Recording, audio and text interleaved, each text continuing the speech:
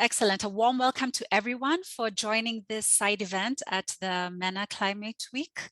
And we're really excited to bring to you this side event together with our partners at Fundación Avina, Flasco Ecuador, at the United Nations University, Vice Rectorate in Europe, and sponsored, financially supported by the IDRC of Canada.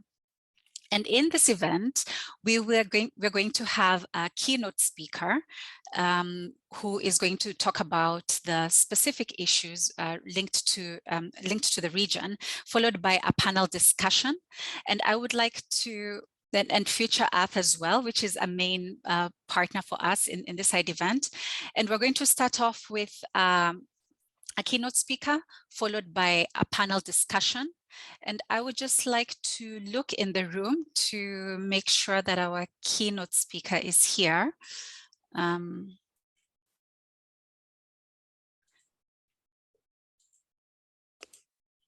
Okay, so maybe they need a minute, but as a point of introduction, maybe we can also do another round to find out, you know, if you haven't shared in the chat, you can share with us where you're coming from.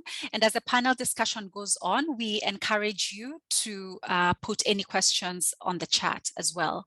I would also like to ask the facilitators to be able also take the time to respond to the questions in the chat, but also at the end of the session, we will have a little bit of time for the question and answer session. So once again, ladies and gentlemen and distinguished guests, welcome to this side event on the Middle East and North Africa Climate Week. And the title for this session is Youth Leadership on Global Climate Action. And I'm going to be your moderator, Margaret Koli, and I'm Research Associate at the United Nations University Vice Rectorate in Europe. So I think we're going to start off first with a round of, you know, with a fast round of our panelists as we gear towards having our keynote a little bit later. And I would like to welcome our esteemed panel today. So our keynote speaker who we're going to hear from will be Neeshad Shafi. He's a co-founder and executive director of the Arab Youth Climate Movement Qatar, and he's based in Doha, Qatar. And our esteemed panel, we have Dr. Faten Bahar, and she is with the Future Earth, WEF Nexus, CAN, and the National Engineering School of Tunisia. You'd be pleased to know that Dr. Faten is a postdoc researcher at the University of MENA National Engineering School of Tunisia, and she's also an Alexander von Humboldt Fellow for the International Climate Program hosted at the University of Rostock in Germany. Dr. Bahar is serving on several continental committees, including the World Meteorological Organization, the World Meteorological Organization Research Board on Weather, Climate, Water, and Environment. We also have with us our another panelist, Mr. Adel Ben YouSsef, and he is Professor of Economics at the University of Nice, Sophia Antipolis. He has coordinated numerous projects with different organizations, from the European Commission to the Africa Development Bank, GIZ, the United Nations Development Program, and so on.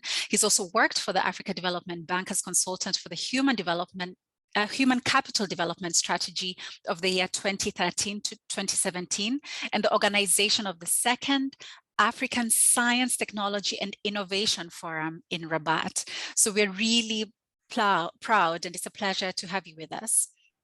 We also have Mr. Nazeh Ben Ammar.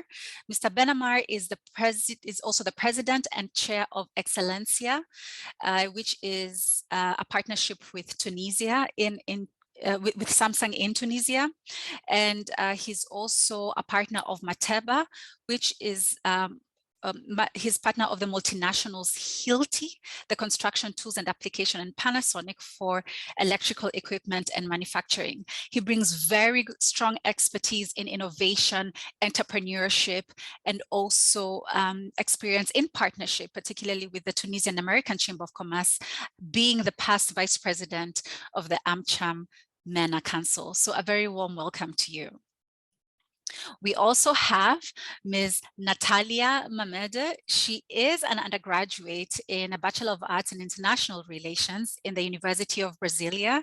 She's currently in an exchange program in Sorbonne Nouvelle Paris-Histoire. She is the former Secretary General in a Brazilian Model United Nations for high school students and a Youth Climate Leader Fellow, and also a part of the Brazilian delegation for the Y 2020 in the Sustainable Track. She collaborates with Impulsouth on engaging South-to-South cooperation between Impulsouth and partners. And we're really looking forward to hearing from you more about, going beyond regional to South-to-South cooperation. So to kick off the session, we're going to start with an introductory question with our panel. And this question goes out to everyone, to our esteemed panelists, to give us in 2 minutes, tell us, how is your work or the work of your organization or project contributing to building youth leadership in climate action? Please give us a brief introduction. And if you could please start with Dr. Bahar. Yeah, thank you very much, Margaret, for the nice introduction. And thank you very much, everyone, and welcome to the panel discussion. Yeah, you just mentioned in my introduction that I belong to several international scientific committees, such as Future Earth Governing Council, Future Earth Nexus Can, Future Earth African Committee, and also the WMO Research Board on Weather, Climate, Water, and Environment. And here I can only acknowledge the work and the witness of those organizations, especially Future Earth, WMO, WWCRP, and WRP, to provide these invaluable opportunities to have the ECRs in their structure and also allow them to contribute to their work. So being here, representative of Future Earth Nexus Can, so I would like to talk more about what we are doing with Future Earth to promote the young scientists. And here I come back to the vision of Future Earth is about fostering sustainability to equitable work. And this needs contribution from all different types of science and all disciplines and all people and all institutions and all scientists from all over the world, so whatever they are, juniors, seniors, mid-careers or so. So this is very important to highlight that this in our vision of Future Earth. So we invite the early career scientists to play a crucial role and active role in our governance structure, and this is very important that the governance structure of Future Earth gave 10 seats in the assembly for early career scientists, and the assembly is the structure that oversees the strategic and scientific direction of Future Earth and also support the decision process to advance Future Earth agenda, strategies, activity, and structure. And also there is 3 seats for early career scientists in the governing council, which is the elected and operation decision-making structure of Future Earth. That is very important.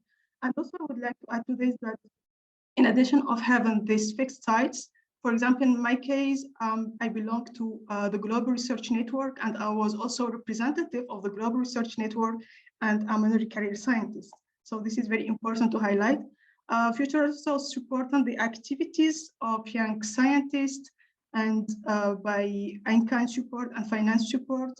And this is also very clear in the core fund theory of Future Earth. And also there were several opportunities that brought the voice of early career scientists. And for example, I can give the example of the SRI 2021. And this is the Sustainable Research and Innovation Congress that we hosted last year. And there they support the program champions of early career scientists who contributed to the closing plenary.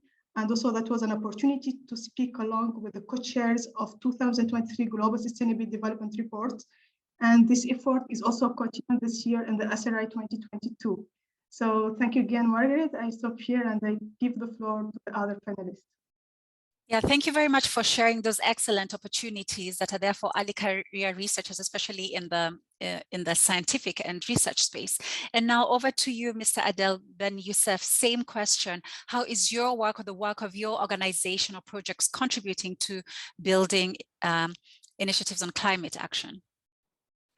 Thank you very much for the invitation. Thank you for this wonderful event. I'm very happy to be with you. Let me say that it's my work with youth in order to empower them for climate action are 3 levels. The first one an admission, so I'm supervising so many PhD students, and I try to link their work to climate action and proposing so many, how can I say, subject topics in order to challenge that. We know that there are a lot of gaps in matter of science today, and we need to challenge them. And so by guiding them to the right questions and to the right to challenge these gaps, and these gaps are identified with them during, for example, the COPs.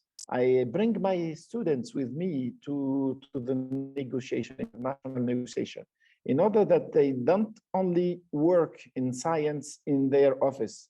They need to meet other people and to see the right question in order to challenge them. The second one is, as a consultant, I have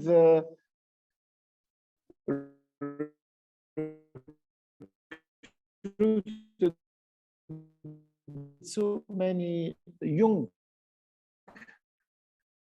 and youth consultants, and I've tried to empower them in this field. So I'm trying to bring them to the right local communities are challenging adaptation. And when you are young and at the beginning of your career, perhaps it's fundamental to have the right steps to go in your career. And I try to put them in the right way in order to challenge climate action at the local level. And finally, we have so many programs here in Tunisia with municipalities in order to empower youth, in order to make them participate at the local level in the municipalities. And while other consultants are trying to empower them with other topics, I bring climate action in order to empower them. And I say that you need to start with this. So my work is at these three levels. In the science level with the PhD students, in my office as a consultant with the junior consultant, and also by empowering local communities at the municipality level. Thank you very much for highlighting those three key areas where you strongly work, and you also bring youth into those spaces to contribute to climate action. And also we would love to hear from Mr. Nazeh Ben Ammar. If you could please tell us more about how your work links to youth leadership in climate action. Give me this opportunity to talk about youth and global climate actions. I'm more coming from the business world than from academia, as I've seen Adel and Faten talking about the academia part. But we are very close also to youngsters or engineers in universities and elsewhere. And given that Tunisia is very close to Europe, the subject is really of actuality, I would say. It's present. We are talking a lot about how youth can bring innovative ideas. And as the Vice President of Carthage Business Angels and the past President of Carthage Business Angel, I'm also founding member of Carthage Business Angels and Wiki Startup, which is the first incubator in Tunisia. But also I have another hat where I am also I'm the past president of the Chamber of Commerce, the Tunisian American Chamber of Commerce, and the actual board member of the Tunisian German Chamber of Commerce, where we are extremely conscious that there are a lot to be done in Tunisia. We are very close to universities. We have extremely good and skilled engineers that we are doing through our programs our best in order to show them that there are great opportunities in green energy, in climate actions, in water stress issues, in agri-tech and other, I would say, subjects that are close to the social entrepreneurship. We have been very active in the last 11 years. I had the chance to live in Silicon Valley, so I'm bringing the international ideas into Tunisia. And I would like that we share our experience in Tunisia for all Africa and the MENA region. When I look at where we are right now compared to our neighbors like Libya and Algeria, there is a big gap. However, when we see large countries like Egypt, Kenya, Nigeria, or South Africa, who are doing extremely well in bringing innovative ideas in order to the effect of global warming is less, and we are really struggling with waste management, with water management, with water distribution, and especially electricity distribution. Thank you very much for mentioning those key areas, because we would really like you to expound on that interface of youth and entrepreneurship and innovation in the upcoming question. And right now, if we could just quickly hear from Nathalia, if you could just tell us how you, on a fabric of South-to-South cooperation, how youth leadership looks like from your perspective. Well, thank you, Margaret, and good afternoon to all.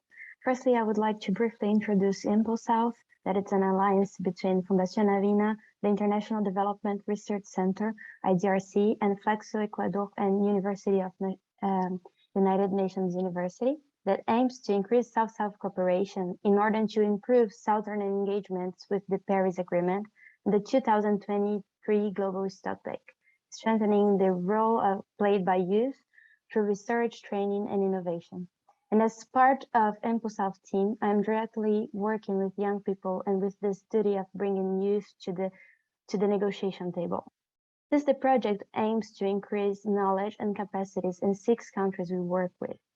For example, we and our partners had developed a course that intends to reach 84 young professionals in Africa and Latin America and the Caribbean, adapted for 3 languages. The course is directed to young professionals aged up to 40 years old. This course is a capacity building process that aims to impact young professionals, being itself a training towards practice. Climate ambition cycle, monitoring and reporting of climate action, climate innovation, climate finance, and climate solutions workshop are the 5 topics on which this course is structured. And in Latin American countries, the course has already started in partnership with Flexo Ecuador and counts with residents of Dominican Republic and Guatemala. And in Africa, in partnership with UNU, we are at the step of selecting the students that are going to attend the course. And it was amazing to see their interest, because we had like 1,000 inscriptions from the 4 countries selected, being Niger, Zambia, Madagascar, and Uganda. And after this training, the project will hold a solutions lab that will enhance and support the climate initiative proposed by these students. So in summary, both these activities of the project encourage young people to put into practice the different ideas and climate solutions and accompany them in order to make their ideas a reality. Thank you very much, Nathalia. Excellent. And we really want to hear more about your work in the next round of the panel discussion. So I would like to ask our panelists to stay in the room as we have another round of panel discussions. And in the meantime, I would like to introduce our keynote speaker. We know it's very busy there. We are all here virtually, but back in the MENA region where the climate meeting is happening, it's quite busy over there. So thank you very much for joining us, Neeshad Shafi. And just to briefly introduce you, so Neeshad is an environmentalist and policy-oriented social change advocate, best known for his work on youth climate movement, environmental and climate policies in the Middle East. His core area of expertise includes analyzing global environmental and climate politics, energy transition, and sustainability issues. He's an active civil society and has been a prominent presence at the international climate summits, especially in the various UN climate summits since 2015 on various capacities, including the role of youth and NGOs for climate action. He holds a master's degree in environmental engineering. He is based in Doha, Qatar, where he does, most of his work, including in the wider Middle East and some partnerships in the North African region. He's a non-resident fellow at Middle East Institute. And on March 2019, he was named the Politicals list of the 100 most influential people in climate policy. So a very warm welcome to you, Neeshad, and we look forward to your keynote presentation. Thank you so much, Margaret. I hope you can hear me well. Yes. So thank you for the kind introduction and also a great speak live here from the MENA Climate Week. I know this is part of one of the virtual event that's a part of the MENA Climate Week. So for all those who are joining us today, a big welcome. Thank you, Margaret, and also Professor Dr. Emmanuel for inviting me today here. It's a great opportunity for young people. We have been doing quite a good sessions here in person in Dubai at the MENA Climate Week. So just to resonate what we have been doing in the past, the role of young people in climate capacity building and climate transition has been challenging, and how it has been transformed over the years has been quite phenomenal. So given my experience on a personal level, starting the Arab Youth Climate Movement Qatar in 2015, to getting into a level where young people can be providing young people a platform to make sure their climate ideas and solutions are heard at the highest level, not just climate advocacy and activism. So it did start as an activism and advocacy organization, but moving towards providing concrete recommendation and policy oriented action to the government. So Arab Youth Climate Movement Qatar has been basically working within the state of Qatar, but expanding over the region lately. And being part of Can Arab World, we are working with more than 100 civil society organizations in the Middle East and North Africa, where we've been supporting both on understanding climate finance, understanding capacity building, and providing some of the organization which has been hampered because of not having the capacity of finance to support. So most of our climate summit is where many of the organizations meet. So we provide sort of a for many of the such affiliated organizations with the Climate Action Arab World to join us. So Climate Action International is the international civil society organization, which has its regional organization, which are in the Arab world, which is called Can Arab World. And we have one very specific for Africa, which is Can Africa too.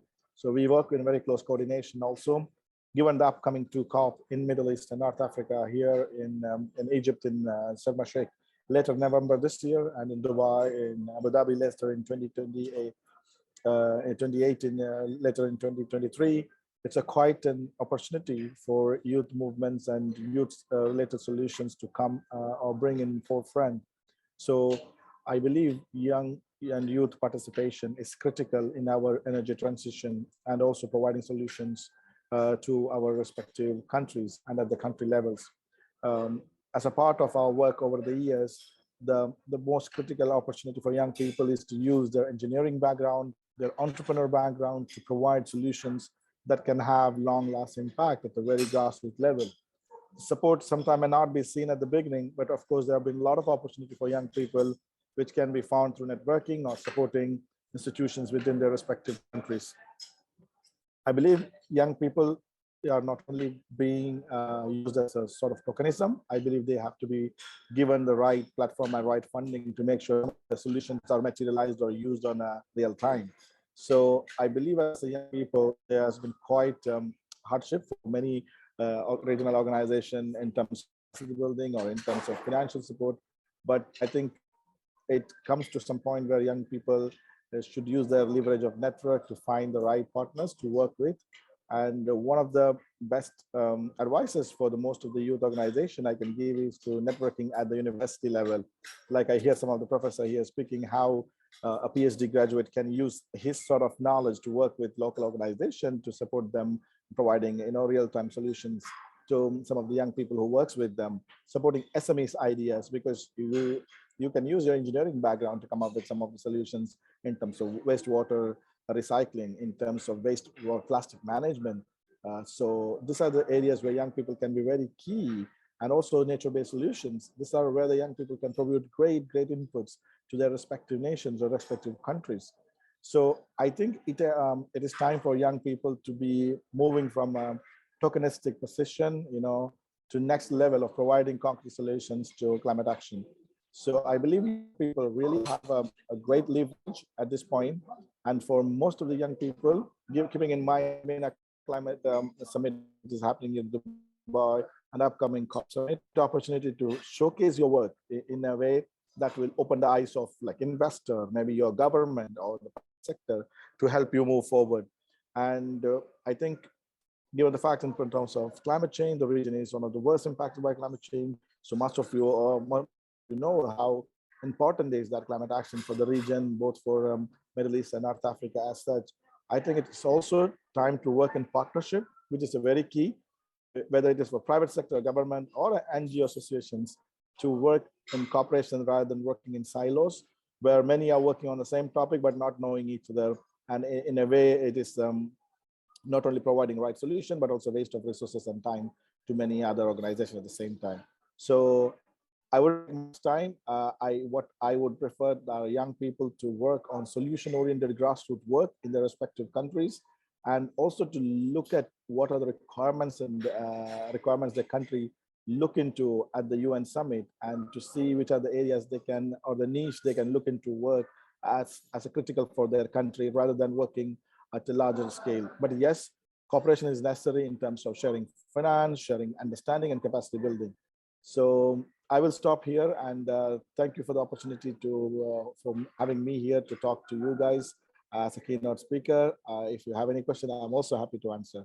Thank you so much to Dr. Manuel and Margaret for having me here today. Yeah, thank you very much, Neeshad. And I mean, you spoke a lot about and being honest and mindful about the issue of, financing being a challenge to some of the, for youth to engage in certain actions. And also in that case, the importance of finding the right partners. You work with a number of organizations, for example, being a co-founder of your organization, the Arab Youth Climate Movement. You're also in the board of the Climate Action Network. If you could share some of those links and for example in the chat, so that it could also be a takeaway for some of the young people connecting in this room to maybe connect with your work, or maybe look into other avenues of looking at partnerships or collaboration, that would be very helpful. Thank you very much for the keynotes presentation there, and we invite the attendees to continue chatting with Neeshad on the sidelines in the chat as we move on to the next round of our panel discussions. So in this round of the panel discussions, we have specific questions to each of our panelists. And I'm going to start with Dr. Bahar again. So how can youth through science and innovation accelerate, encourage, and enable the long-term goals for climate change and the Paris Agreement in general? Yeah, thank you very much for the question, Margaret. Yeah, my response to this, and what I always say when I think about what youth should do for the next decade, is that this decade is very decisive. And the next decade will be very critical for emission reduction and to speed up adaptation to deal with inevitable climate change impacts. And science can further guide this decade for action and beyond. I believe that science would offer this knowledge-based approach to adapt and also mitigate the climate change, as well to develop different future transformation for societies. And this is what we need for the future. And here, as early career scientists, because today we are early career scientists, but in 10 years we will be senior or mid-career scientists, need to be at the forefront of all the science goals and develop these new methods, innovative science direction that enable the long term for climate change and Paris Agreement, as well as to find the novel ways to interact with policymakers to infuse this new knowledge into policy process and also into actions, which is very important. So in my opinion, that young scientists can play their critical role in driving this international agenda for science, for sustainability, and investing in young scientists and researcher means investing in the future. And this will lead to building the new scientific communities and practice community that could promote the network and the diversity and the dialogue in science and action for further sustainability and the well-being of all people on this world. So I can stop here and I can hand over to the next panelist. Thank you very much for that intervention about, science and the work, the spaces there for collaboration. And now we're going to move on to talk about, climate finance, and if and this goes to Mr. Adel Ben YouSef. So speaking climate finance and taking into consideration that finance is important in the implementation of climate action, and it's also benefiting from your long experience in representing Tunisia in negotiations related to climate finance, what do you think youth leaders and youth climate champions need to do to be able to access climate finance? What are some of the opportunities? Do you think the negotiations have sufficiently taken this into consideration in support of the youth agenda? Thank you very, very much, Margaret, for this question, but it's a really very difficult question because the issue of climate finance is a crucial issue. And we have not reached any agreement till now, in this issue. And the agenda is not very well advanced on this. So, but we encourage youth to be aware about this issue and to contribute. In our delegation in Tunisia, for example, we have what we call youth negotiator. So we have youth negotiator. And we have at least, I have two people with me in the delegation who are assisting to all the negotiation and trying to understand and also to take the lead from time to time in order to participate and give their views and how they think that it will be needed to that the negotiation goes. Frankly saying, we need before that to have a clear vision about what is climate finance. Till now, we have not a consensual definition of this. It needs to be clarified during the next COPs. And we have just the agreement that the definition of climate finance, we need to reach this around 2027. So that means that really this is a big issue. When we get some funds from Green Climate Fund or the Adaptation Fund or the other funds for climate, we need to take up for the youth projects. And I was listening to the previous, to the keynote speakers about the crucial role for finance, especially for youth, in order to have project and to run the project.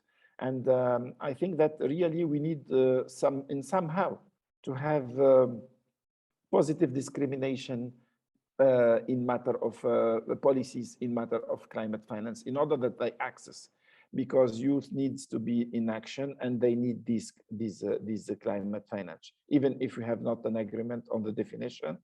But we have still some funds, and these funds are providing grants and providing credits, and we need to have some part of it to youth.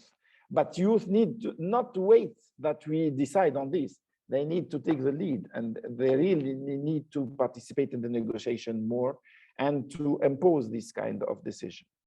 Thank you. Yeah, thank you very much for that encouragement, and also to learn that it is possible for youth to support those processes, and also that in your work you have the opportunity to give them a lead, but also encouraging us to say action now, no need for the youth to wait, let's keep going. And that brings me to the next question, which goes to Mr. Nazeh Ben Ammar, who has, experience in entrepreneurship and innovation. And we would like to know, you have a long career in startups and entrepreneurship. To what extent do you see youth taking leadership roles to start initiatives or to become green entrepreneurs in the MENA region? What are some of the challenges and opportunities that are there? Given the how important and how urgent the matter is, it shouldn't be limited to youth. It shouldn't be limited to women. It shouldn't be limited to men. It should be an action that goes through all MENA region and Africa in order to solve real problems. From my experience as a business angel and investor, the agility and this pivoting of the startups, how they can find unbelievable innovative solutions without copying anything that is coming from elsewhere, by bringing ideas that are coming from research subjects, and I believe a lot in entrepreneurship that is close to academia, coming from Stanford. That's what I lived during 2 years. So the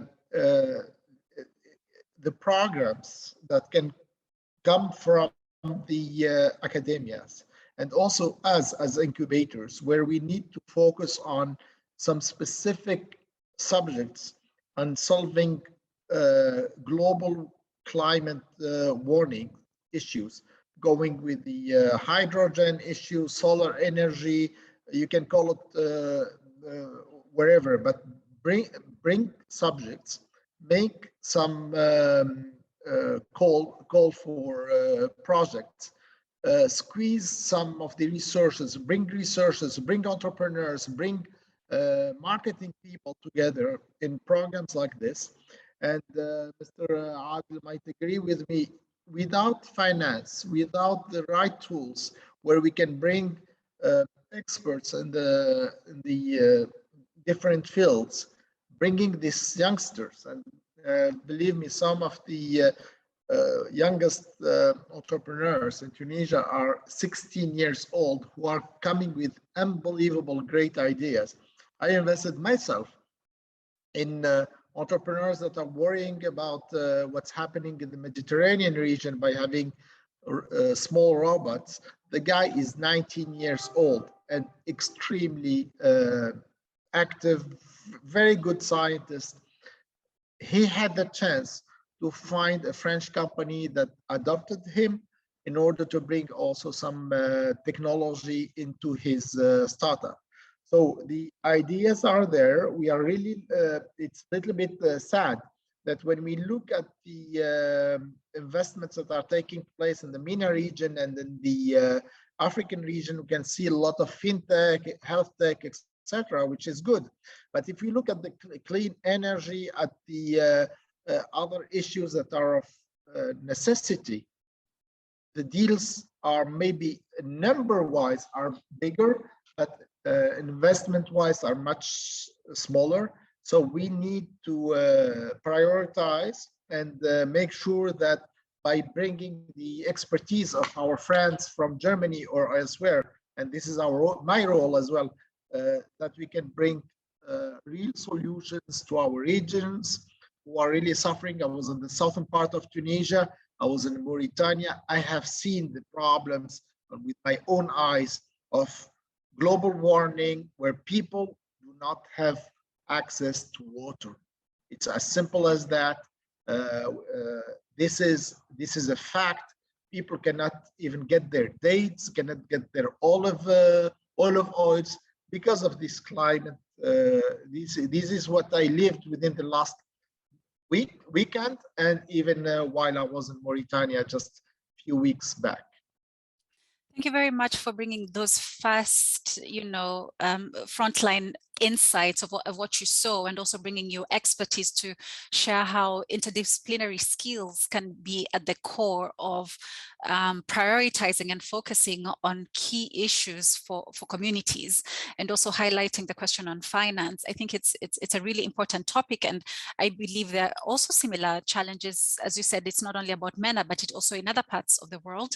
And we're going to hear a little bit about, in light of South-to-South collaboration. And up next, I would like to invite Nathalia, Mamede to tell us a little bit about, Impulsouth. And Impulsouth is promoting South-to-South cooperation to tackle some of the challenges and opportunities that young people face when it comes in leading climate action.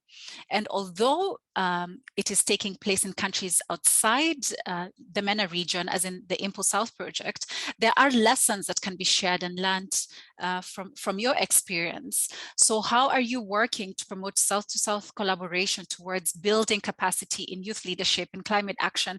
And what are some of the experiences that you've had, and what can we learn from those experiences? Thank you, Margaret.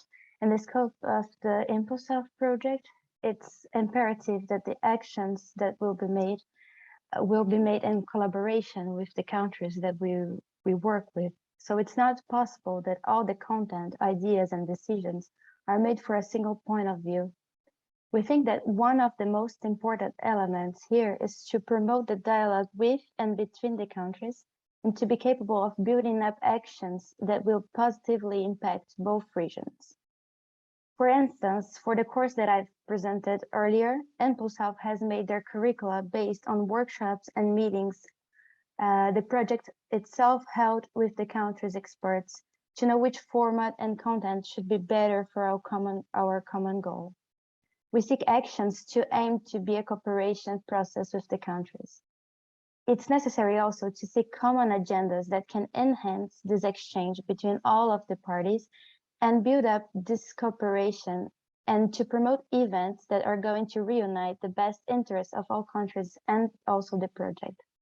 Another aspect of Impulsouth is that we generate meeting spaces, both virtual and face-to-face.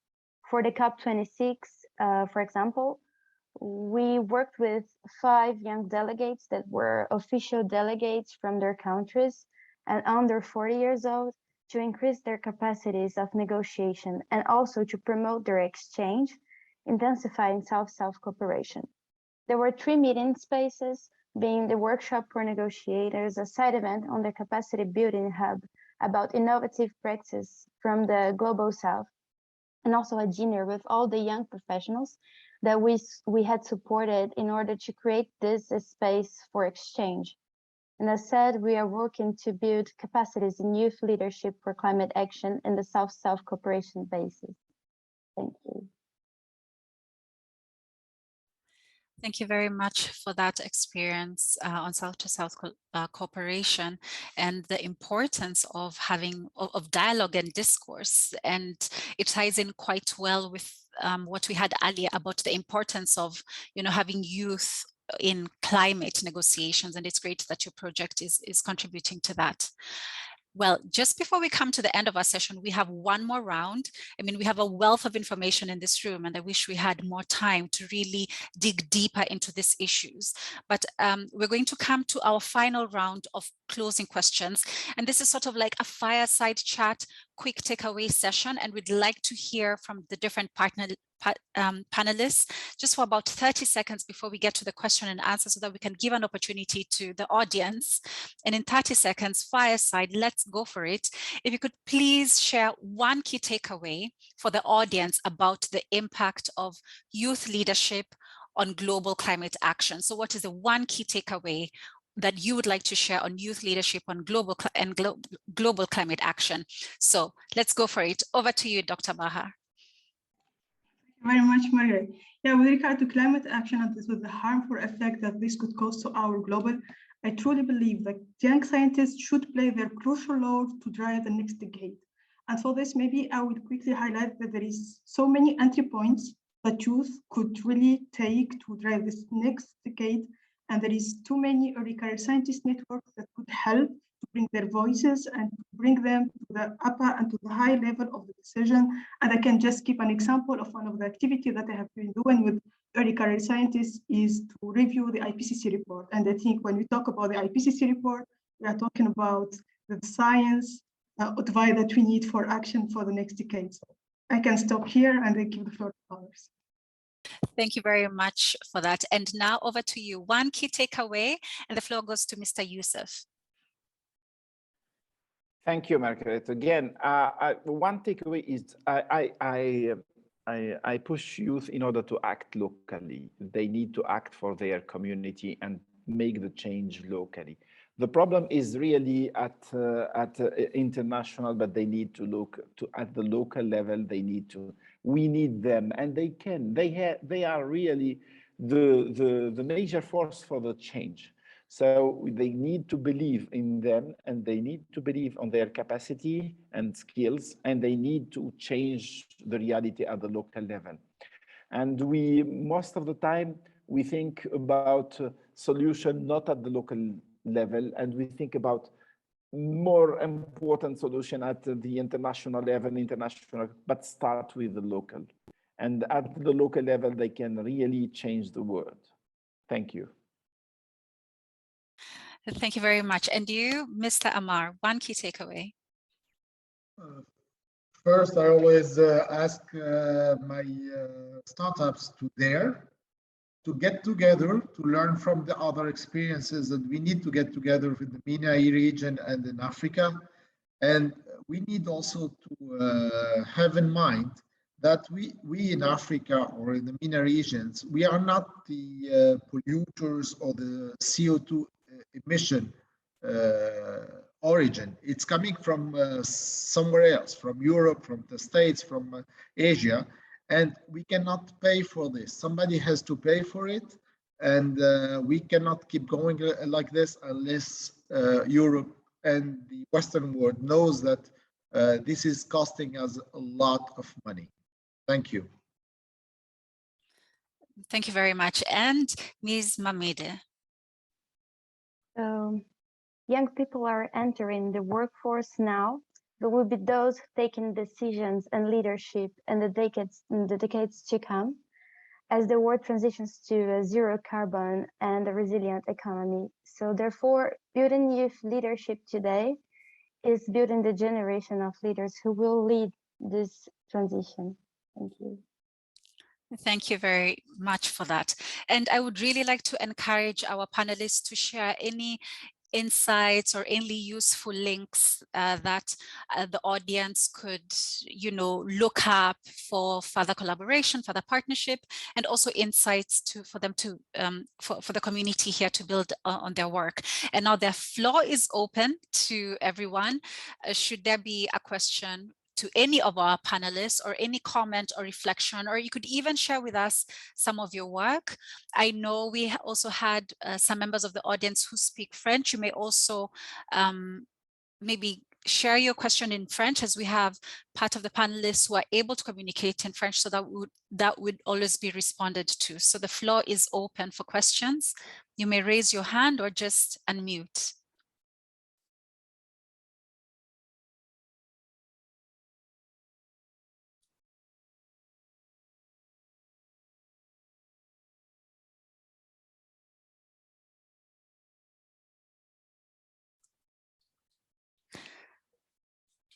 Yes, thank you very much. We have Omar Hassan. You may unmute yourself and ask a question and share your question. Hello, everyone. Good afternoon, good evening, and good morning to everyone. So I am from Niger. My name is Omar Hassan. Yeah, thank you very much for this platform on extension on the issue of climate change and young people. So I would like to ask a question to Abel about climate finance and the consideration of youth in adaptation project.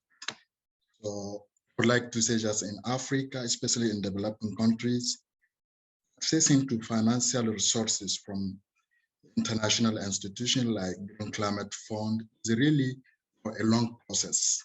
And really, in Africa, as I said, young people with talent and innovative and technological ideas for adaptation project. But the challenge is how to get access to this kind of financial resources to be able to implement their project.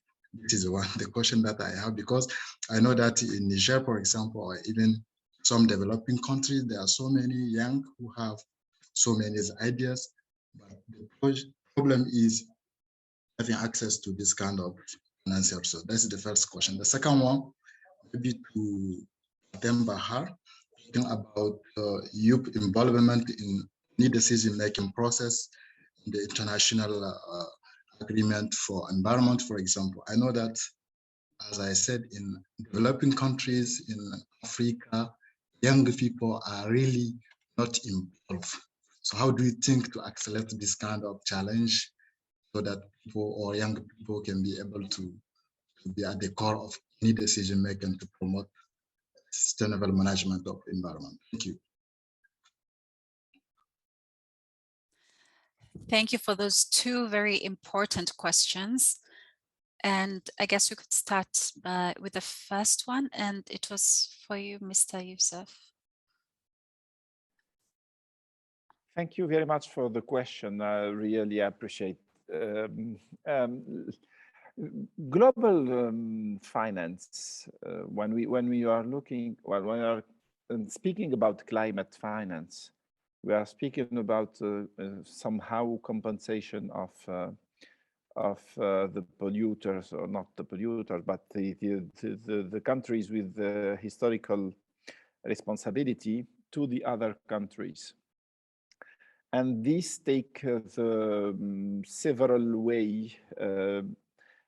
It may take the way through the green climate fund, or the other types of fund. But these funds needs to be they are dedicated to game changer projects. They are mega projects. It's not about small grants or small amount of money for some project for youth. In general, we use this kind of money in order to change at the local level, the level of emission. We adapt through projects in matter of infrastructure. We adapt the costs to sea level rise in the sea level. So this is big projects, and this type of climate finance is not very accessible for youth with the small projects. However, there are other channels in the bilateral cooperation through countries where we target this. And I think that you need to look at this. In different countries now are using this climate finance through their bilateral relationship. So in your country, see with, for example, the German cooperation, see with the Swiss cooperation, US aid, UK aid, they have projects in matter of creation of businesses or whatever are the project of youth, and they may fund these like this. But you cannot expect that from the Green Climate Fund or the Adaptation Fund that they will fund the project for youth. So unfortunately, this is not the case. It's the case for your countries, but in your country, look at other opportunities, and there are so many other opportunities.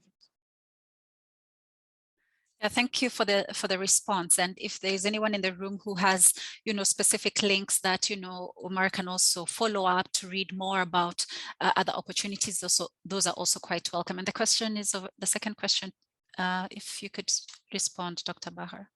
Yeah, thank you very much, Margaret. I think this is a very good question, because usually when we are young, we always need to have this guidance to be, to have our voices heard, and also to be able to contribute to all this international effort, mainly because we'll be the persons who will leave this change in the future, like in 10 years, those will be most vulnerable of this. So here, maybe I would like to highlight the role of the youth networks.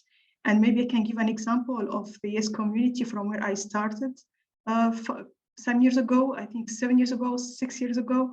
And there, for example, in YES, we are trying to raise the voices and foster the presence of the young scientists, and also to enable them to be part of international committees by their work, like it is linked to your strong initiative to be in the network, to your contribution to the network, and also to what this strong initiative and contribution could bring to you. I can give you a few examples. For example, with YES, we contributed to many other capacity activities, as joint activities with WMO, with Future Earth, and also we have this ECR group to review the IPCC report, and we did it for the IR6 group 1 and group 2.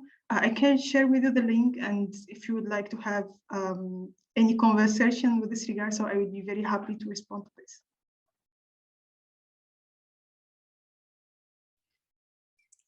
Okay, and thanks for that thumbs up, Oma, as feedback that your questions were answered. And should we can take one more question just before we close. Is there any last question that one would like to raise?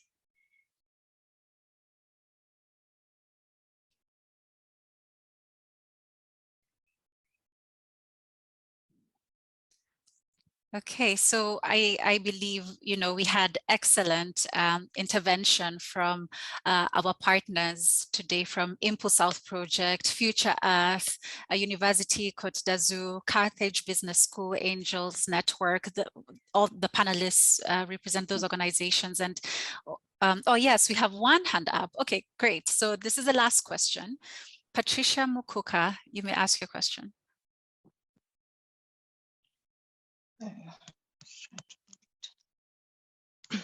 Hi, Margaret, can you hear me? Yes. Okay. Having listened to the conversation, mine is not a question per se, but I would like to introduce my organization. I think maybe we could be of help in terms of financial support to the youth. So can I go ahead? Yes, absolutely. You may share. Okay, so my name is Patricia Mukuka from Zambia. I'm coming from an organization called the Private Financing Advisory Network, which is a global network of climate and clean energy financing experts. So for any youth who have projects already in mind, or any project developers who have projects that need financing, we're available for them. Our website is www.pfan.net. So we offer financing that is between $1 million to $50 million US. So if you're interested, please do get in touch. We're very active in low and middle income countries in sub-Saharan Africa, South Asia, Pacific Islands, Eastern Europe, Central Asia, Central America, and the Caribbean islands. So I just thought to share for anyone who may be interested. Thank you. Thank you very much, Patricia, for sharing the work that you're doing and the potential opportunity there. Yes, and if you could also just put the link in the chat of the website so that the audience can follow up, just in case you have not. Thank you for that intervention. Okay, I will do. Thank you. And with that, we come to the end of this session, the side event at the Middle East and North Africa Climate Week, and where we have been talking about youth leadership on global climate action. We started off with, the key introduction from our panelists got into the keynote to understand some of the programs in Doha, Qatar, and from our keynote speaker, and then followed by the round of presentations regarding, science, academia, climate finance, green innovation and entrepreneurship, and even South-to-South cooperation beyond the MENA region. So thank you very much, and to all our partners and also the panelists. And also this session was brought to you by the Impulsouth Project in partnership with the United Nations University Vice Rectorate in Europe, Fundación Avina, Flasco, Future Earth, and it's funded by the IDRC Canada. So thank you very much, and let's go out there and get into more climate action, and also as we engage in other conversations during this MENA Climate Week.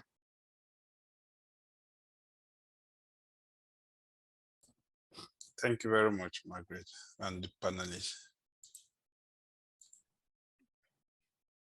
Thank you, everyone. Great session.